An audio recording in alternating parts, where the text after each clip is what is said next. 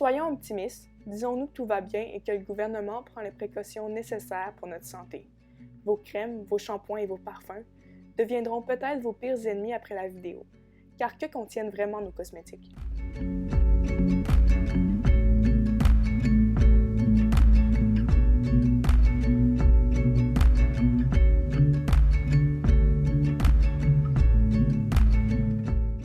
C'est inquiétant de voir que tout le monde est touché par les problèmes que posent les cosmétiques, que ce soit lorsque nous nous brossons les dents le matin, lorsque nous nous occupons de notre petit frère de 3 ans ou simplement en nous lavant les mains dans les lieux publics. Selon Santé Canada, toute substance qu'une personne applique sur sa peau, ses cheveux, ses ongles ou ses dents à des fins de nettoyage ou dans le but d'améliorer ou de modifier son apparence est un cosmétique. Que vous soyez une femme ou un homme, vous êtes les victimes des compagnies qui mettent sur le marché les nombreux produits dont l'innocuité est mise en doute.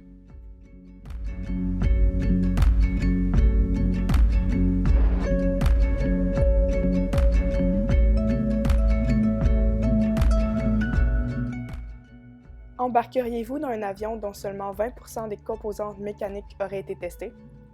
Non? Eh bien, c'est la même chose pour les produits que vous utilisez quotidiennement. Ils ont d'ailleurs un impact plus direct sur votre santé que les aliments que nous mangeons.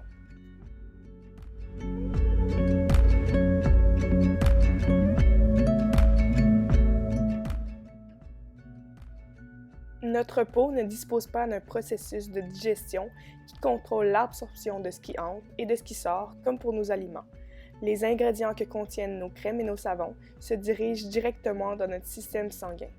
En 26 secondes, le mal est fait. Pourquoi, même pour un consommateur avisé, est-il difficile d'éviter les produits toxiques? Peut-être utilisez-vous déjà des produits étiquetés bio, botaniques, naturels, dans le but de protéger votre peau ou votre santé, mais ces appellations n'ont pas de définition légale et ne sont que des termes de marketing. Il en est de même pour les mots hypoallergènes, sans agent de conservation et non parfumés. Les fabricants n'ont pas l'obligation de divulguer les ingrédients que contiennent les fragrances contenues dans nos cosmétiques, même si c'est souvent un terme générique pour représenter une dizaine de produits chimiques. Les produits de soins personnels qui sont dits médicinaux ou thérapeutiques, comme par exemple un dentifrice contre le tartre, des désinfectants tuant les bactéries et des crèmes de beauté contenant un écran solaire, sont aussi exclus des exigences de l'étiquetage. Bien que les experts de Santé Canada disent que les ingrédients que contiennent nos cosmétiques sont inoffensifs, comment peuvent-ils en être sûrs s'ils les testent qu'au moment où des plaintes sont enregistrées?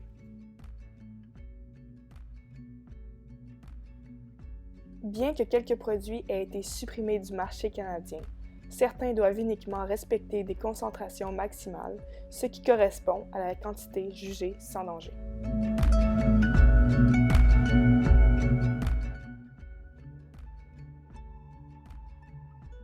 À première vue, cela peut paraître sécuritaire, mais il y a une faille à ce système.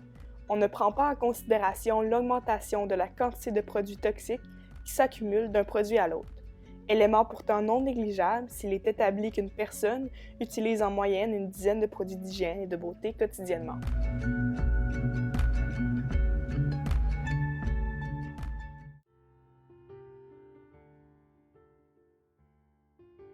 Certains ingrédients sont cancérigènes, d'autres peuvent être néfastes pour le système reproducteur ou encore toxiques pour le cerveau.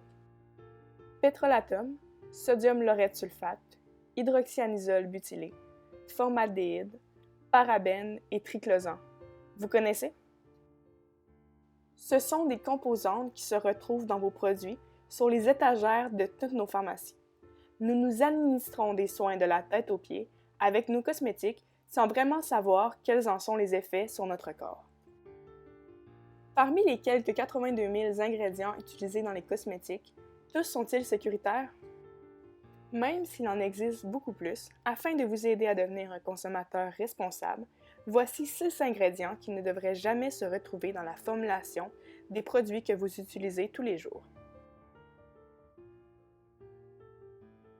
Le pétrolatum, agent de remplissage, cause des irritations cutanées, des allergies et empêche la peau de respirer. Il n'existe aucune restriction au Canada concernant l'usage de cet ingrédient. On retrouve le pétrolatum et ses dérivés, l'huile minérale et le pétrole distillé, dans les soins capillaires, les huiles pour bébé et les rouges à lèvres. Selon l'Environmental Working Group, il est présent dans un produit sur 14. Le sodium laureth sulfate est un composé des plus irritants et cancérigènes pour l'humain.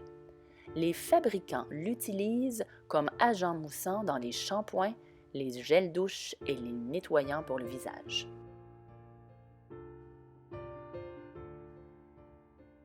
L'hydroxyanisole butylé, plus simplement le BHA, est un antioxydant qui peut produire des réactions allergiques sur la peau et il est potentiellement cancérigène. Cette substance toxique est présente dans les produits hydratants et les rouges à lèvres. Il n'y a pas de réglementation pour cet ingrédient au Canada. Par contre, l'Union européenne l'a interdit dans les parfums et la Californie exige que les fabricants ajoutent une étiquette sur leur contenant indiquant que le BHA peut causer le cancer.